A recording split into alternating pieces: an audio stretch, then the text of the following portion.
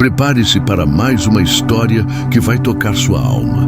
Uma jornada de perdas, escolhas e um encontro inesperado com a graça de Deus. Esse é o Bíblia em Cores.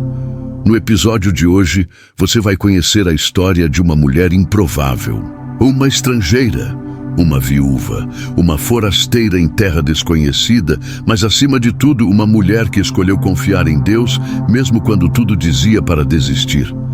Ruth não teve uma segunda chance oferecida. Ela construiu essa chance. Com sua coragem, sua lealdade e sua fé. Ela não só sobreviveu à perda, como entrou na linhagem do Rei dos Reis. Essa não é apenas uma história de amor. É uma história de propósito, de recomeço, de redenção. E pode muito bem se parecer com a sua própria história. Se essa mensagem falar com você, já deixa seu like, se inscreve no canal e comenta aqui. Eu também confio, mesmo sem entender. Vamos juntos mergulhar nessa jornada que começa com o luto e termina com promessa. Belém, cidade cujo nome significa Casa do Pão. Mas, ironicamente, naquela época, o pão havia desaparecido. A fome tomava conta da terra prometida. Foi então que Elimeleque, sua esposa Noemi e seus 2 filhos partiram rumo a Moabe, uma terra pagã, distante de tudo o que representava a fé de Israel. Moabe era mais do que uma mudança geográfica. Era um símbolo de tudo o que parecia errado, fora da promessa, fora da comunhão, fora do lugar que Deus havia separado para seu povo. Mas era ali, naquele fora de lugar, que Deus começaria a preparar algo extraordinário. Em Moabe, os 2 filhos de Noemi se casaram com mulheres moabitas, Orfa e Ruth. Talvez houvesse um breve alívio, talvez um respiro entre tanta escassez. Mas a calmaria não durou. Primeiro, Elimeleque morreu, depois um filho e depois o outro. Agora, Noemi não era apenas uma forasteira. Era também uma mulher completamente esvaziada, viúva, sem filhos, sem perspectiva. Na cultura da época, isso significava estar vulnerável, desprotegida e sem futuro. Tudo o que ela amava estava enterrado. Junto a ela, 2 noras, jovens, também viúvas, também marcadas pela dor. 3 mulheres, 3 lutos, 3 silêncios gritantes. Noemi decide voltar para Belém. Ouve que o Senhor havia visitado o seu povo e a fome havia cessado. Talvez ainda houvesse pão, mas havia esperança. No caminho, ela se vira para as noras. Insiste para que voltem para suas famílias, para que reconstruam suas vidas. Não havia futuro com ela, apenas amargura. Orfa, com lágrimas, decide voltar. E isso não foi errado. Era o sensato, o lógico, o esperado. Mas Ruth não era movida por lógica. Ela era movida por amor, por fé, por um senso de propósito que nem ela compreendia totalmente. E então, com os olhos fixos em Noemi, ela declara: não me insistas para que te deixe e me afaste de ti, porque aonde quer que fores, irei eu, e onde quer que pousares, ali pousarei eu. O teu povo será o meu povo, o teu Deus será o meu Deus. Essas palavras são mais do que poesia. Elas são pacto, fidelidade. Elas são a escolha de deixar para trás um passado, um povo, uma cultura, para seguir uma fé nova, uma promessa que ainda estava por vir. É neste exato momento que o céu se move. O céu não se move quando tudo vai bem. O céu se move quando alguém diz sim no meio da dor, quando alguém escolhe confiar mesmo sem enxergar. Ruth poderia ter ficado em Moabe, poderia ter reconstruído sua vida com outra pessoa, mas escolheu seguir com Noemi, escolheu se tornar parte de um povo que talvez não a aceitasse. Escolheu um Deus que talvez ela ainda estivesse conhecendo, e essa decisão muda tudo. Elas chegam a Belém, e quando as pessoas veem Noemi, mal a reconhecem. É esta Noemi?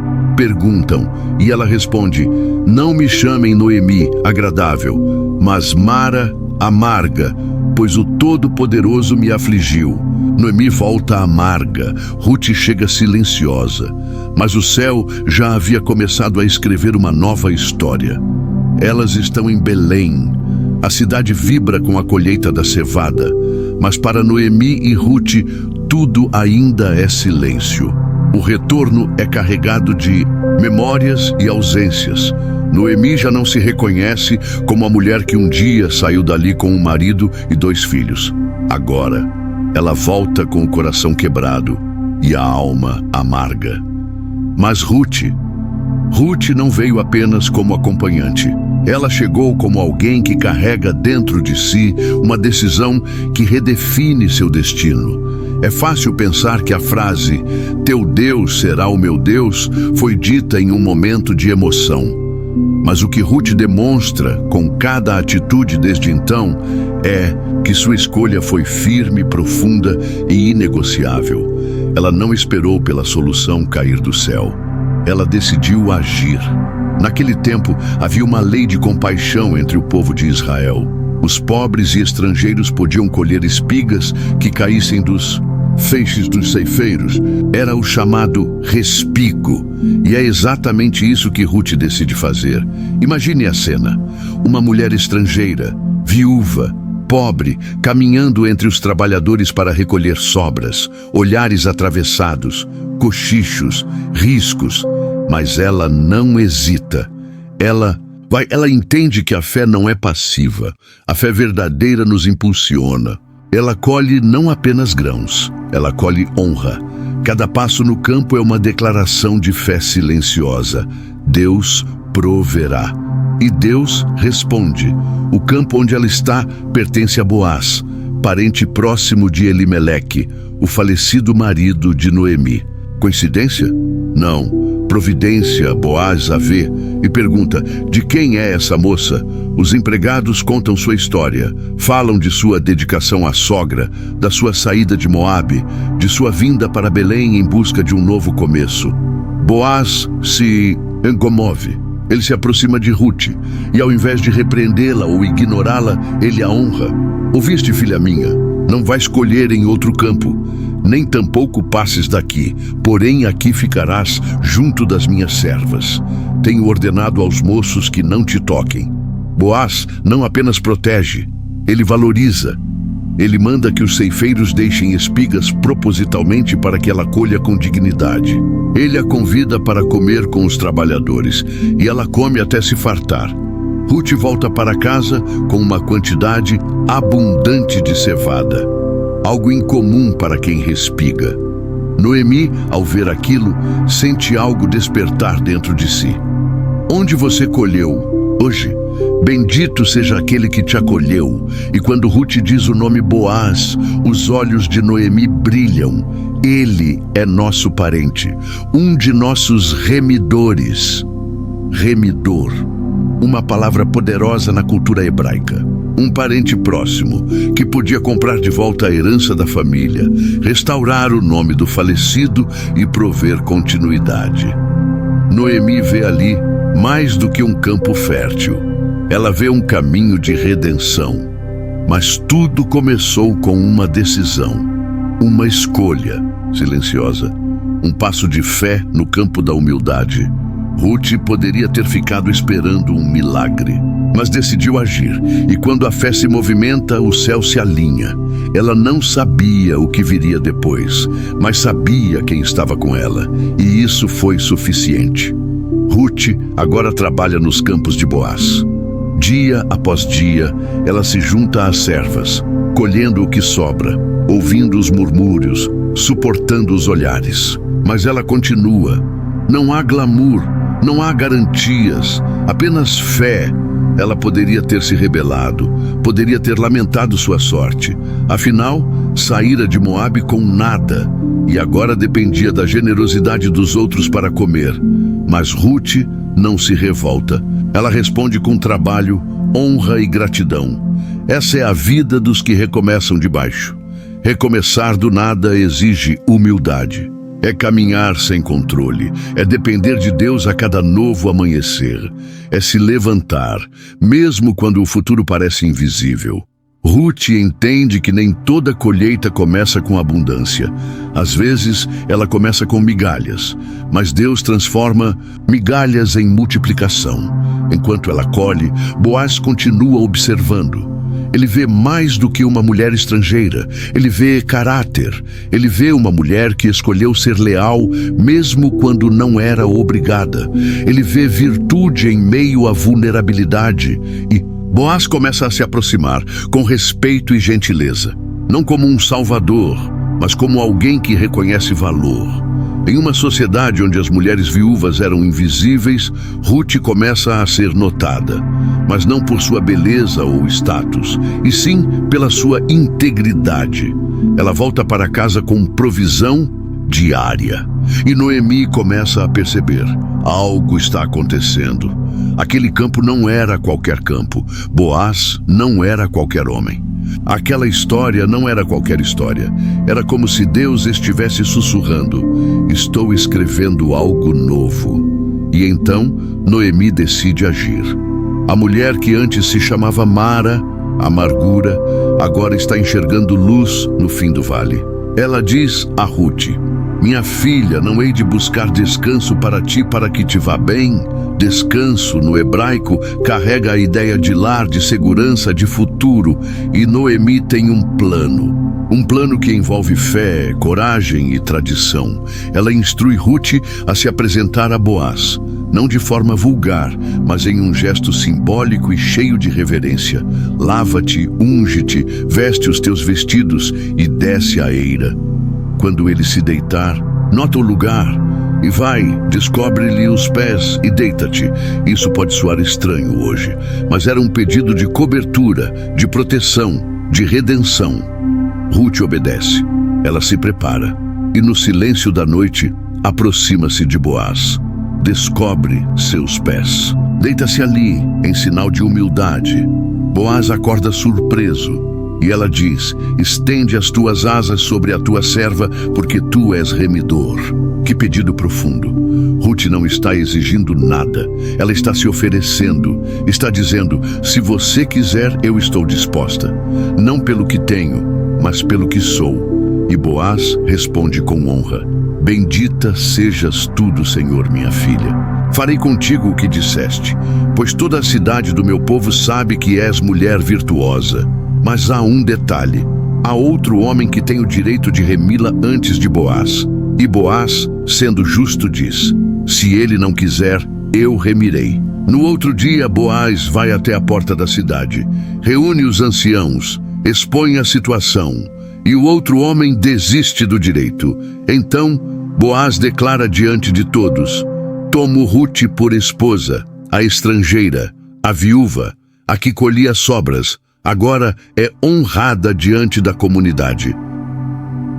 Diante dos anciãos da cidade, Boaz se levanta como redentor. Aquele que colhia espigas, agora se tornaria esposa de um homem nobre. Aquela que um dia foi estrangeira, viúva, esquecida, agora é acolhida, restaurada, exaltada. E com esse casamento, não apenas a vida de Ruth muda, mas também a história de Israel e do mundo. Mas antes de qualquer bênção visível, houve um processo. Redenção sempre envolve ordem, justiça, coragem e disposição. Boaz seguiu a lei, fez tudo corretamente. Honrou a Deus e honrou a mulher à sua frente. A cerimônia não é descrita em detalhes, mas o impacto é imenso. O povo de Belém abençoa Ruth e Boaz. Desejam que ela seja como Raquel e Lia, matriarcas de Israel. Desejam que sua casa prospere em Efrata, que seu nome seja exaltado em Belém. E então a Bíblia nos diz: Boaz tomou Ruth e ela lhe foi por mulher. E o Senhor lhe deu concepção e ela deu à luz um filho. Esse filho se chamaria Obed. Obed seria pai de Jessé. Jessé seria pai de Davi e de Davi viria o Messias. Veja a beleza disso. Ruth não era israelita. Ela não fazia parte da promessa, da linhagem. Ruth, a mulher estrangeira, a viúva, a que estava com as mãos vazias, agora segura uma promessa. Ela que perdeu tudo, agora é parte de algo muito maior do que ela poderia ter imaginado. Obed, o filho de Ruth e Boaz, não era apenas mais uma criança em Israel. Ele era o início de uma linhagem. Ele seria o pai de Jessé, que por sua vez seria o pai de Davi, o rei de Israel, o homem segundo o coração de Deus. E de Davi viria o Messias, o que começou com uma viúva, uma estrangeira, que veio de um país distante e foi rejeitada por muitos, agora se tornava a história da salvação para o mundo. Deus escolheu Ruth, uma mulher que não tinha um passado de grandeza, mas tinha um coração disposto a seguir. A graça de Deus não escolhe os mais preparados, mas os que têm um coração disposto a dizer sim a Ele. Ruth, a mulher que escolheu confiar, se torna a avó de Davi e, por consequência, uma parte fundamental do plano divino de salvação para a humanidade. Talvez hoje você se sinta como Ruth, sem esperança, sem um futuro claro. Talvez você tenha perdido muito, ou sinta que as portas se fecharam ao seu redor. Mas Deus ainda escreve histórias com aqueles que, como Ruth, escolhem confiar, mesmo quando tudo parece perdido. A história de Ruth não é apenas sobre uma mulher do passado. É sobre mim e sobre você. É sobre todos nós que, em algum momento da vida, enfrentamos perdas, rejeições, momentos de vazio e decisões difíceis. Talvez você esteja em uma temporada onde tudo parece ter se quebrado.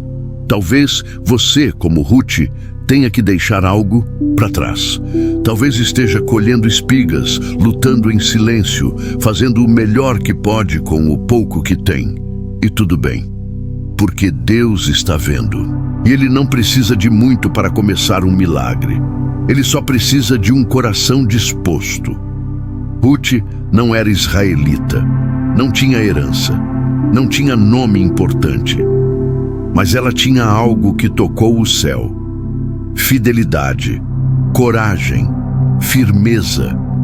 Deus honrou a fé de Ruth com mais do que um marido. Ele a colocou dentro da linhagem de Jesus.